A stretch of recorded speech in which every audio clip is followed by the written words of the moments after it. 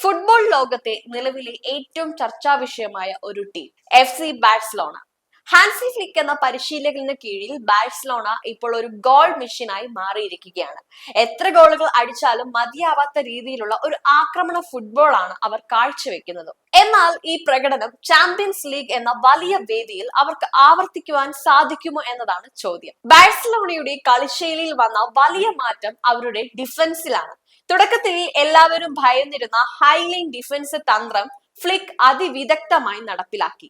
Big ടീമുകൾക്കെതിരെ പോലും ഈ തന്ത്രം വിജയിക്കുന്നത് നമ്മൾ കാണുകയും ചെയ്തു. ചെൽസിയുമായുള്ള മത്സരത്തിന് ശേഷം കളിച്ച 18 മത്സരങ്ങളിൽ ഒന്നിൽ മാത്രമാണ് അവർ പരാജയപ്പെട്ടത്. ഈ ഒരു വിജയ മെന്റാലിറ്റി ടീമിലേക്ക് കുത്തിവെക്കുവാൻ ഫ്ലിക്കിന് സാധിച്ചു എന്നത് ചെറിയ കാര്യമല്ല. മെസ്സി, സാവി, ഇനിയസ്റ്റ തുടങ്ങിയ വമ്പൻ പേരുകൾക്ക് ശേഷം യുവതാരങ്ങളെ വെച്ച് ഇത്രയും കോമ്പറ്റീറ്റീവായി കളിക്കാൻ ബാഴ്സയ്ക്ക് സാധിക്കുന്നു എന്നത് ഫ്ലിക്കിന്റെ മാന്ത്രികതയാണ്. ബാഴ്സയുടെ മുന്നേറ്റ നിരയിൽ ഇപ്പോൾ ഒരു അത്ഭുത ബാലനുണ്ട്, ലമീൻ യാമൽ.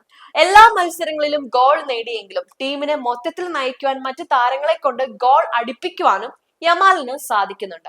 വെറും 17-18 വയസ്സുകാരനായ ഒരു താരം കാണിക്കുന്ന മെച്യൂരിറ്റി ലോകത്തെ അത്ഭുതപ്പെടുത്തുന്നതാണ്. വരാനിരിക്കുന്ന വർഷങ്ങളിൽ ബാലൻഡിയോർ നേടാൻ ഏറ്റവും കൂടുതൽ സാധ്യത കൽപ്പിക്കപ്പെടുന്ന താരമാണ് യമാൽ. ഫ്ലിക്കിന് കീഴിൽ ഒരു കംപ്ലീറ്റ് പ്ലെയറായി യമാൽ മാറിക്കൊണ്ടിരിക്കുകയാണ്. ബാഴ്സയുടെ മറ്റൊരു കരുത്തനാണ് റഫീഞ്ഞ. ബിഗ് മാച്ചുകളിൽ എപ്പോഴും ടീമിനായി മുന്നിൽ നിന്ന് പോരാടുന്ന താരമാണ് അദ്ദേഹം.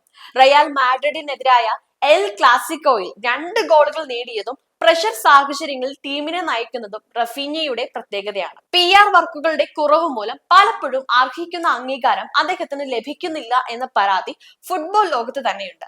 എങ്കിലും എംബാപ്പയ്ക്കും യമാലിനും ഒപ്പമോ അല്ലെങ്കിൽ അതിനു മുകളിലോ ഈ സീസണിൽ പ്രകടനം നടത്താൻ റഫീഞ്ഞയ്ക്ക് സാധിക്കുന്നുണ്ട്.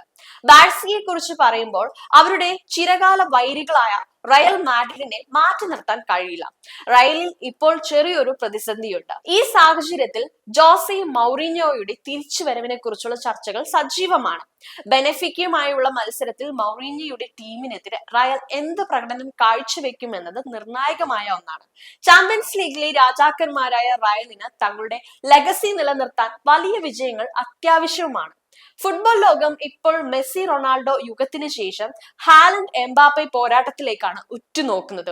ഗോൾ സ്കോറിംഗിൽ ഹാലൻഡ് മുന്നിലാണെങ്കിലും ഓവറോൾ ഫുട്ബോൾ ഐക്യു നോക്കുകയാണെങ്കിൽ എംബാപ്പയാണ് മുന്നിൽ. ഈ സീസണിൽ സിറ്റിക്ക് വേണ്ടി ആൻഫീൽഡിൽ നടത്തിയ പ്രകടനം ഹാലൻഡിന് വലിയ മെന്റൽ ബൂസ്റ്റ് നൽകിയിട്ടുണ്ട്. ചാമ്പ്യൻസ് ലീഗിൽ ബാഴ്സലോണയും PSG തമ്മിൽ ഏറ്റുമുട്ടാനും സാധ്യതയുണ്ട് എന്ന വാർത്തകളും കായിക പ്രേമികളെ ആവേശത്തിലാക്കുകയാണ്. ബാഴ്സലോണയും റയൽ മാഡ്രിഡും മാഞ്ചസ്റ്റർ സിറ്റിയും എല്ലാം ചാമ്പ്യൻസ് ലീഗിൽ മികച്ച പ്രകടനം കാഴ്ചവെക്കാൻ തയ്യാറെടുക്കുകയാണ്. ഹാൻസി ഫ്ലിക്കിന്റെ കീഴിൽ ബാഴ്സലോണ വീണ്ടും യൂറോപ്പ് കീഴടക്കുമോ അതോ റയൽ മാഡ്രിഡ് തങ്ങളുടെ ആധിപത്യം തുടരുമോ എന്ന് നമുക്ക് കാത്തിരുന്ന് കാണാം.